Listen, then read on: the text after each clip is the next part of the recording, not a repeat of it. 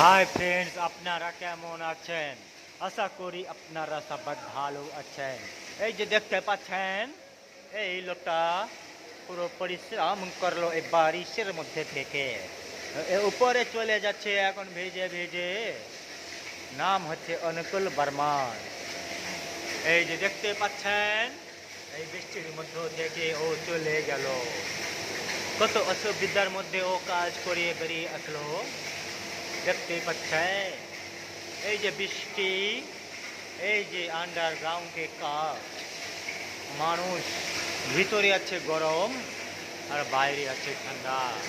এই যে অনুকূল বর্মন দেখতে পাচ্ছেন, ও গামছা মুখে দিয়ে ঢেকে রেখেছে।